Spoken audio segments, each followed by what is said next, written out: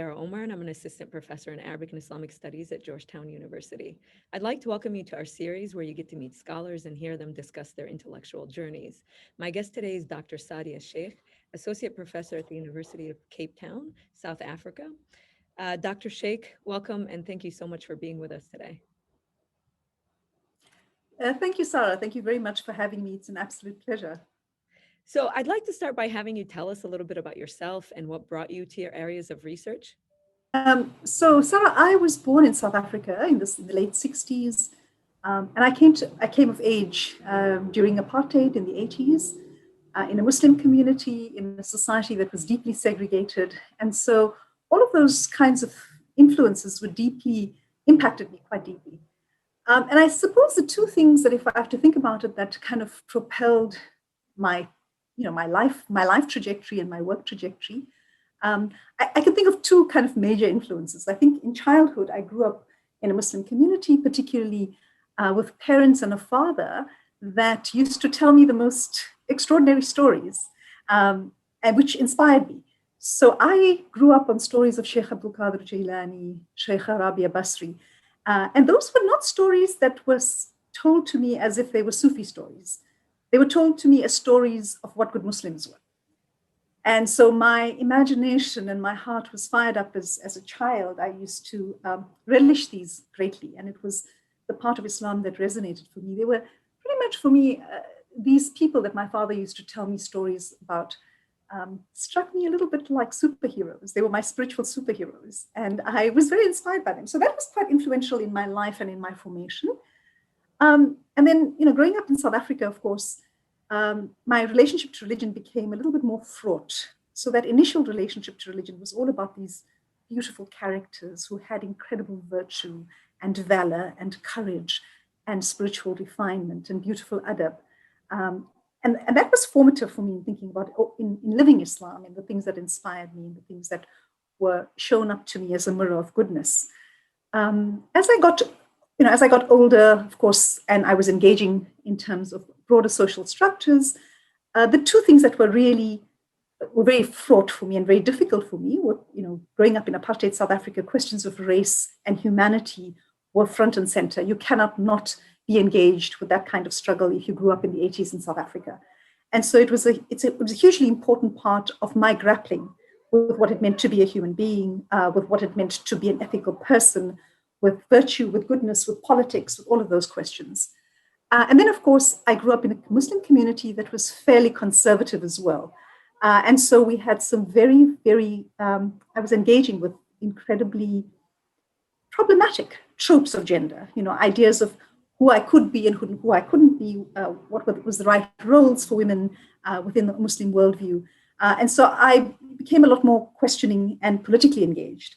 And one of the things that was really interesting for me, and in fact, a source of great inspiration and which kept me wedded to religion with all of its ambivalence, all of my ambivalence in any case, was the fact that there was a contingent of Muslims that actually drew on Islam to resist injustice. It started off as a kind of resistance to racial injustice. And that same cohort, as it goes in many liberation struggles, kind of expanded that hermeneutic of reading a tradition for justice to questions of gender. And so for me, that was a very important part of thinking about it. So I think a lot of my engagements with religion emerged out of those kind of formative experiences, a deep kind of immersion and a desire and a yearning for the kinds of spiritual treasures that were part of the stories of my childhood, and then a wrestling with injustice and thinking about human dignity and human equality and justice as being central to thinking about a relationship with God. Thank you so much for giving us that background. I'm wondering, given the scope of your research and what you've written and worked on, how have you changed the questions that you've been asking, and maybe even giving us a sense of the types of questions you've been asking? So it's a very interesting kind of trajectory, or at least if I think of the way in which the trajectory evolved, earlier on. So my studies, I started off as a grad. In fact, I actually started wanting to be a lawyer as a South African. I was going to be a human rights lawyer. I did an undergraduate in South Africa with a law major, and I did psychology as another major just because I was interested. And I think in some sense that reflects the kind of politics, internal and external interests that I had. But sadly, I was bored to tears with law. And I thought, oh, no, psychology is quite interesting. But I read religion for fun. For me, religion was the kind of stuff I read because it was the stuff that fired me up. And then I was offered a scholarship to study at the University of Cape Town. And I thought I'd take a year off, off kind of psychology, and I would come back to do graduate studies later on. And then I got hooked into Islamic studies coming to the University of Cape Town. And my early projects here, so what was intended to be a one-year interlude studying fun stuff, became a career trajectory. In my master's thesis, for my master's dissertation, I actually spent a lot of time and did an empirical study on Muslim women and how they negotiated marriage and gender and sexuality. And what I was really seeking out, I mean, I was troubled as a young person with the Quran, verse 434, the famous Nushuz verse, deeply troubled by it. And I was grappling with it in a variety of ways. And one of the things I decided to do was to engage with this community and figure out, how do people negotiate what seems to me a clearly problematic kind of reading of a verse? How do people negotiate it in real terms? And so in this study, I interviewed Muslim women, and my questions were, these were women that were in violent relationships, that were abused by their partners. And the questions that I was interested in asking was, how does our religious community or Muslim religious community either support you in resisting this violence or enables this violence? What are the religious resources and what are they doing? How do they serve you or not serve you? Or what is their role in your lives? How do the religious leaders and the authorities fare? How does family fare? What are your understandings? How do you grapple with this? And what emerged in this, so one of my early works was that it was what was surprising and really intriguing for me was, on the one hand, these women, without deep learning within the Muslim tradition or any kind of scholarly learning, really grappled existentially through enormous suffering and pain with the nature of their relationship with God and their tradition. And they emerged through these very painful experiences with a very deep connection to God and looking and making a claim for what would be an ethical Islam. And I was very inspired by the fact that in a lay Muslim person's life, there was a very rich resource that had been hitherto not looked at seriously as an ethical resource to be thinking about how ethics needs to be developed within our community. And it was very much, I suppose, informed by liberation theology and the idea of, looking at the experiences of those that are suffering, those that are on the margins. And as a graduate student, one of the people that inspired me deeply was a Christian theologian, a woman, a feminist Christian theologian as well, who, in some sense, gave me a language. She gave me a language to ask the questions methodologically and theoretically that had been troubling me, and she helped me to language it. And for that, I was enormously grateful, because it helped me to hone my method of thinking and my way of approaching it. So my early questions were very much around looking at real life suffering. What were the issues in my community? Battered women, domestic abuse, those issues that were deeply problematic and challenging were ones that I wanted to understand. What emerged as a consequence of the study was it became increasingly clear to me that ulama and religious authorities and even people in one's family, often this, underlying their arguments for why women should have sabr, have patience and remain in a marriage, or maybe not, don't talk so much, don't provoke your partner, try, these kind of very complicit discourses of gender were actually premised on specific understandings of the nature of men and women.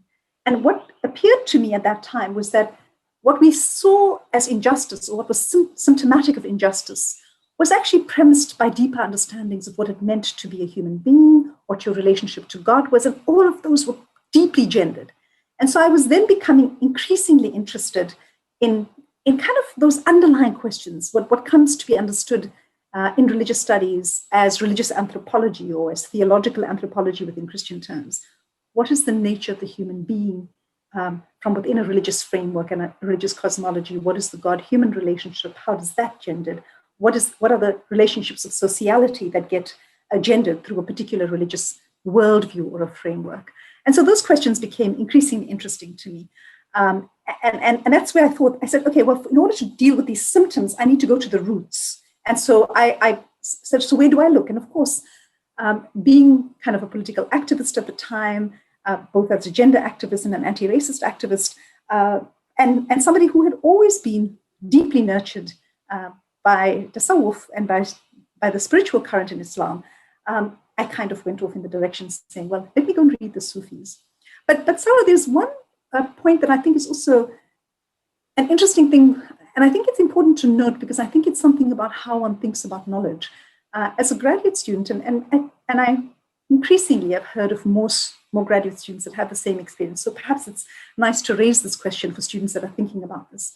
As a believing Muslim, as fraught and as ambivalent as my relationship was, coming into graduate school where you're studying and deconstructing and criticizing and all of the legs of the tradition that your entire belief system and the edifice of your understandings of Islam are built upon suddenly get cut out from underneath you. And I found graduate school deeply, deeply depressing. My mind was becoming sharper than ever. I was able to read the tradition, but all of these stories that I had, not stories, but all of these ways of thinking about the Quran and the Prophet Muhammad, all of those things were becoming, for me, increasingly undone. And I became quite despairing, quite honestly. And so the question of also thinking about knowledge that feeds and nurtures, to think about deconstruction as an important and absolutely critical leg to engage with injustice, to engage with the nature of tradition, to be critical about all of these constructions of knowledge that we've inherited as human products is absolutely imperative. But equally imperative is the thing that feeds people's spirit. And so again, tasawwuf, so I went in search as a young person of a Sufi teacher because I knew that was where, and that's a whole different story, which is not necessarily part of this conversation. But ultimately, I went off, and in graduate school, I had done my master's here in South Africa, and then I had a scholarship, a Fulbright scholarship in the US, and so I went to Temple University to do my PhD. And so there, I encountered Ibn Arabi. And that for me was absolutely marvelous. This was before I even knew that he had very interesting things to say about gender. I encountered him in a course on Sufism that I was taking, and I was absolutely blown away by the depth of understanding of the human condition and the most luminous ways and the highest possibilities of human beings spiritually that he presented. And so this was what I was looking for. And then I discovered, man, he's pretty cool on gender too. He's got these incredible ways of thinking about gender that I had not known at the outset. And so it then became something that I started reading more and became, I really developed this love affair with his work. And it was a, mysterious relationship of sorts. My graduate teacher and my supervisor, Professor Mahmoud Ayub, was when I said to him, I might want to do Ibn Arabi for my PhD dissertation, his response was, that's wonderful, but he's really difficult. He's somebody you should attend to later on in your career. And I was relieved. I said, oh, you're right. And I tried to do 3 other dissertations on Zamakhshari and Razi and Tabari and Quranic tafsir, and nothing seemed to work. It felt very much to me that I just kept circling back to this thinker. And I felt some kind of bizarre grip. To cut a long story short, Ibn Arabi provided specifically for me that deep inquiry and that deep sense of uncovering the human condition that enables us to be thinking about what it means to be a human being within the Muslim tradition in the highest and the most profound ways, but also in ways that are deeply egalitarian, and they come from within the tradition, and they're humanizing, and they're deeply elevating, and they also are ways in which one can, for me at least, became a source of engaging equality and egalitarianism, not simply as a politics, but as a deeply rooted spiritual tradition. one quick question that I'd like for you to follow up on is how your approaches and methods have changed and altered over time as you're addressing your different projects and also as the fields are changing.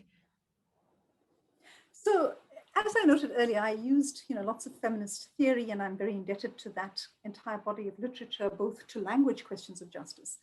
But having encountered and been working with Ibn Arabi and a number of Muslim thinkers, increasingly I am looking to Sufi works as sources for theorization.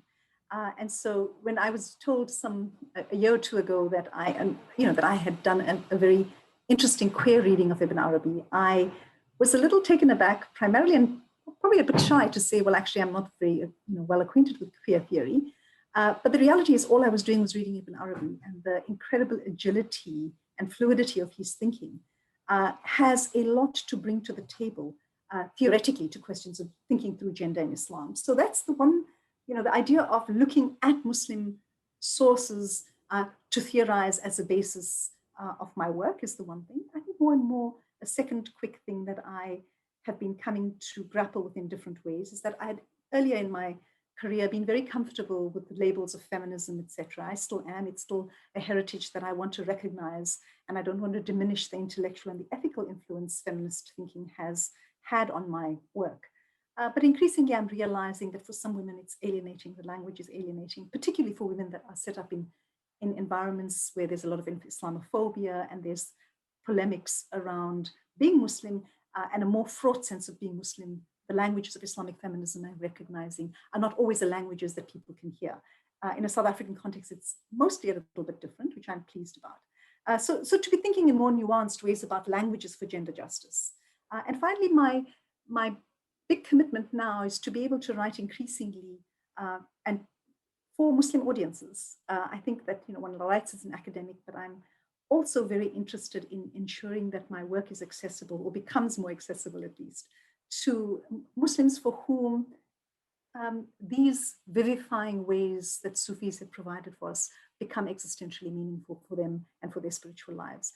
And so the book that I have co-edited and co-authored with Fatima Sidat, a colleague of mine here, that will be coming out, inshallah, in the next year by Yale University Press, is the Women's Khutbah book, which is a collection of 23 different Muslim women from different parts of the world, giving some of the most sublime theological, spiritual reflections and khutbahs. So it's about creating an Islamic feminist archive, and that's kind of increasingly what my work is directed towards. Thank you so much, Dr. Shaikh, for being with us and for sharing your intellectual journey with us. It's been such a pleasure and really such a delight having this conversation with you.